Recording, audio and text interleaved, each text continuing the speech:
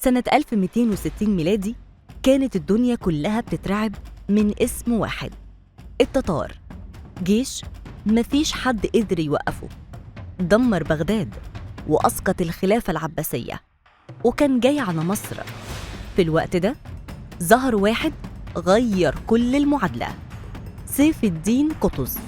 قطز ما كانش ملك من وهو صغير، ولا كان ابن سلطان، ده كان مملوك. اتربى في القصور وتعلم الحرب وشاف الذل قبل ما يشوف الحكم.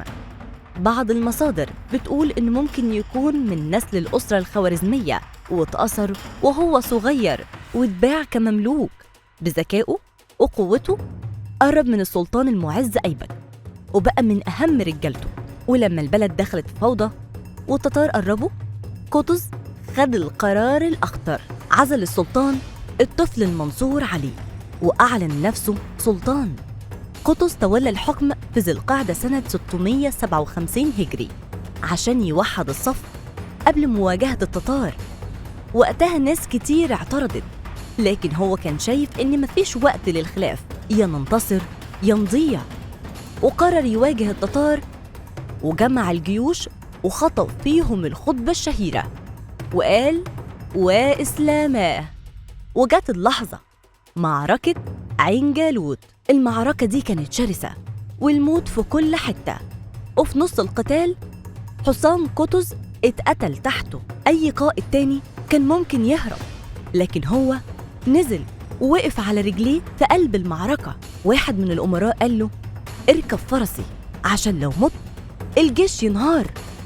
لكن قطز رد وقال: أنا لو مت أروح الجنة، لكن الإسلام ليه رب يحميه. ودي مذكورة في كتب التاريخ. وبالفعل المعركة انتهت بنصر ساحق.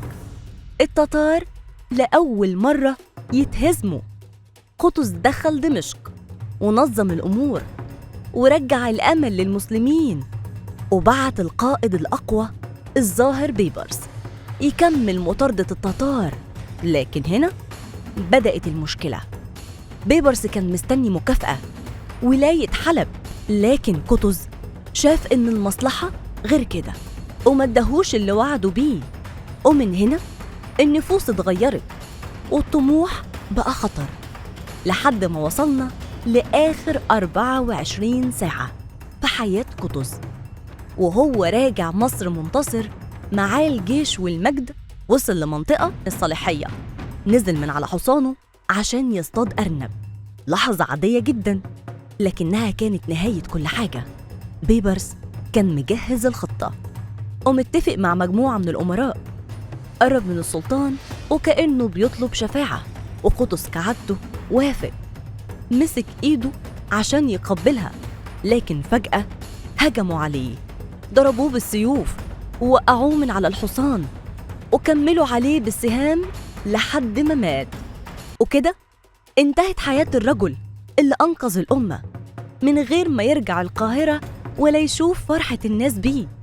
وده كان يوم السبت 16 ذي القعدة سنة 658 هجرياً، وحكمه ما كملش سنة. والأغرب إن اللي قتله هو نفسه اللي كمل المسيرة بعده. الظاهر بيبرس بقى سلطان وكمل حرب التتار. لكن السؤال: هل كان لازم قطز يموت ولا كان ممكن التاريخ يتغير؟